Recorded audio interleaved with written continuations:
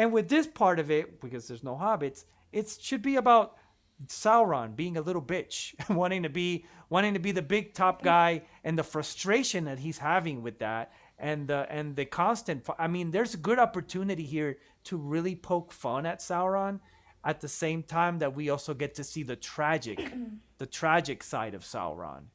You know, as a person who Yeah, as a yeah, person as a true. person who gave himself into a belief that is false by following Morgoth, and now he's masterless, fatherless, and he's trying to follow the legacy of the man that he believed in, if you could say, and Yeah, and yeah, finding that every time he tries he fails, you know. yeah.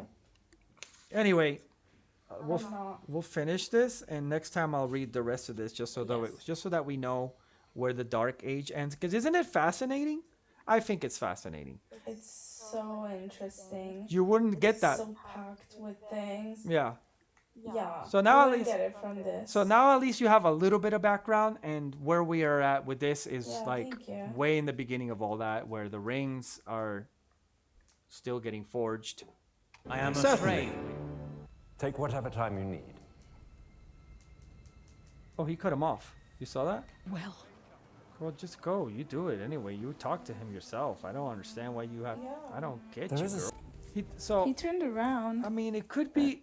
Again, let's see how they do it. This could work. So what he does is constantly insert doubt, right? So he wanted the dwarfs to immediately agree, right? Because he's like, we got to get this rolling. I don't have a lot of time. I need this shit done.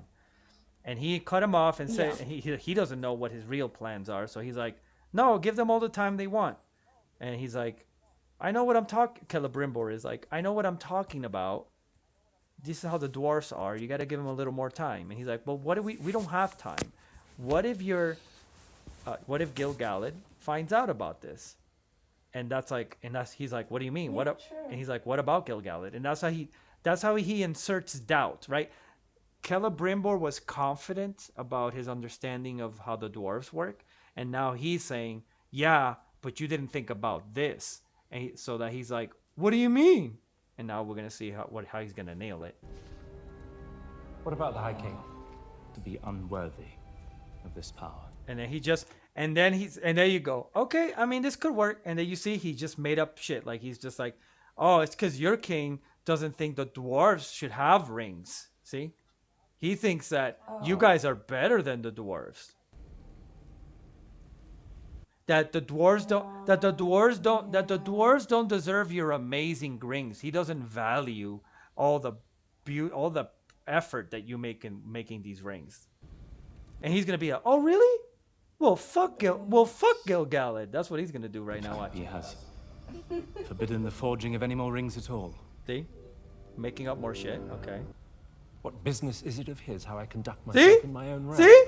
Celebr- I told you. Look at that. Look at that. I read the script. I can't believe it. I read the script. Just you know the character.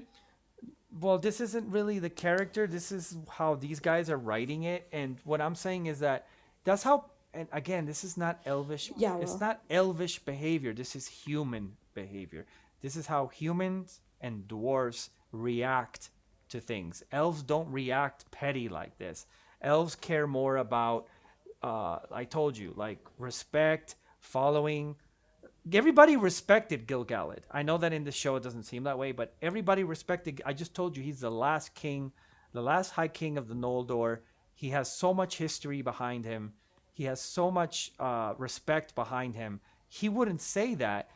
The way that he convinced, when you're dealing with the elves, you're dealing with people that think differently from men. So your strategy has to be different. The strategy is, according to what I just read to you, the strategy is, oh, you guys like making pretty things like rings? Well, I'm going to teach you how to make the prettiest rings. Ooh, I want to do it. That's it. And Gil-galad and Elrond don't have anything to do with Eregion. Eregion is its own entity. So they're like, remember, you saw what he said. We don't want that guy over here. There's something fishy about that guy. We don't want him in Lindon. Yeah. And you guys really shouldn't listen to him either, but that's up to you. And Celebrimbor was like, well, we're really curious about the rings. That's how you get elves. What he's doing, he's treating him like he's human, and they're writing him as if he's human by saying, "Oh, you see, you don't want to. What do you mean? We don't have time. Gil-galad. If Gil-galad finds out, he's gonna say you shouldn't do the rings." And then he's like, "Oh yeah, well fuck Gil-galad. I do what I want in my house." Which, if man. it works, it's smart with humans. It's not smart with elves, if you know what you're dealing with. No! Exactly. Countless lives are at risk, and to bandy words about convincing him who is worthy of aid. Remember also, there are no lives at risk at this point, really.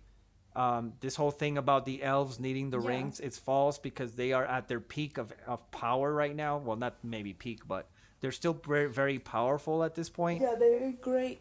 The appeal of the rings was strictly an aesthetic one, and also the fact that the magic rings have the ability to stop decay, which is very essential to the elves because they don't want things to change. They don't want things to decay. They want things to stay the way it was when they are the firstborn, and everything in this world is decaying. So if you can prevent decay, just like with us, right? If you can prevent your body from aging so that you don't develop diabetes and you don't develop problems with your circulation, and you know what I mean, all the things that happen to us, you don't get cataracts like my mom's going through right now, all that stuff that comes with aging. If you can put that off, you would do it. And that's why the elves want to do this. That's the only reason they want to do this. But it's not because there's countless lives at risk. Nevertheless, sooner or later, Gil-galad will discover the truth. Supposing he doesn't. It's a completely different set of motivations. You know what I mean? So now you're lying. You would lie to your High King. Our work. The elves would never do that. I have spent an age preparing for this. But I can't get over how it came out of your mouth that this outfit that Sauron has is like Jesus. I was like, wow. Honestly, what they did last time with the him presenting him, like, he very much looks like the embodiment of good, like the writing you read earlier said. Like, he's supposed to look fair and wise, and I think they adapted it to look like something that would look fair and wise to majority of the population. And you're saying that's like the Jesus garb?